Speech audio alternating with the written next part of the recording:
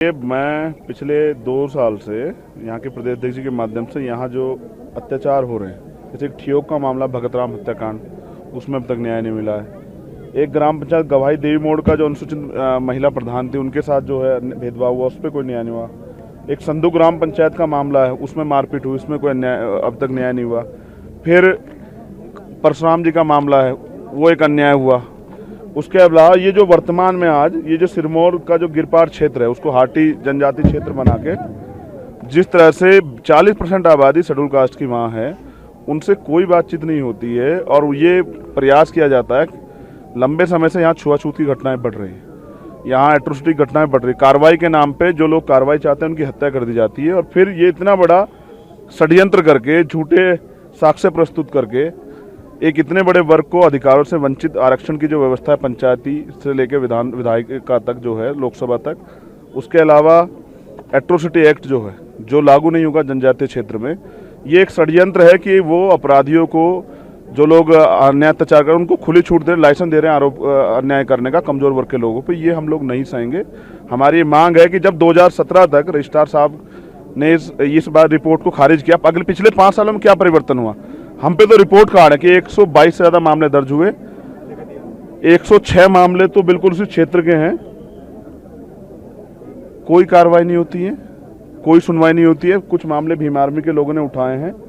एक श्यामलाल भूमि का मामला है, अभी तक सरकारों ने वंचित वर्ग के लिए क्या जो है पिछले 5 साल में बजट की योजना बनाई, कितनी जमीन दी, कितने रोजगार दिए, कितनी नौकरी दी, सरकार साझा करे। अब मुख्यमंत्री, इसी प्रदेश के मुख्यमंत्री यहाँ की जनता की सुनवाई भी नहीं कर रहे, उनसे मिलना भी नहीं चाहते।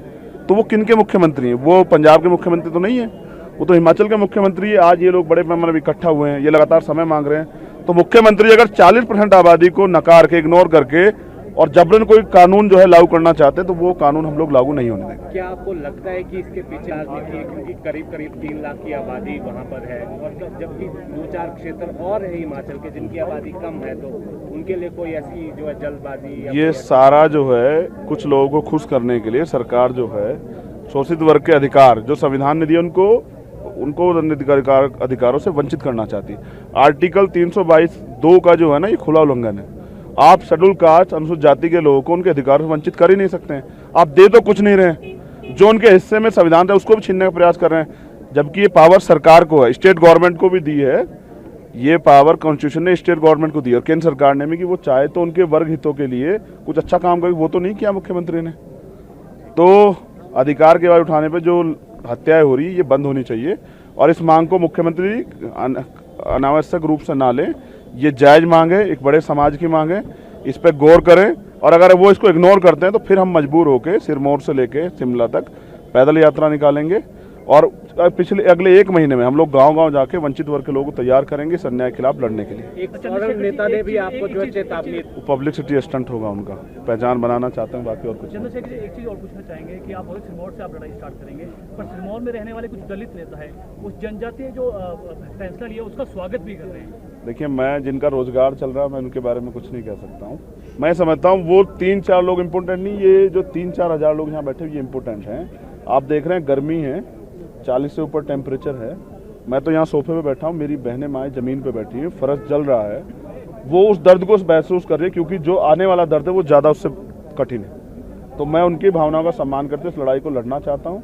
अभी तो मैं बहुत शॉर्ट नोटिस पे आया हूँ, लेकिन अगर मुख्यमंत्री कमजोर वर्ग के लोगों की आवाज़ नहीं सुनेंगे तो मैं यहाँ लंबे समय के लिए आ जाऊँगा।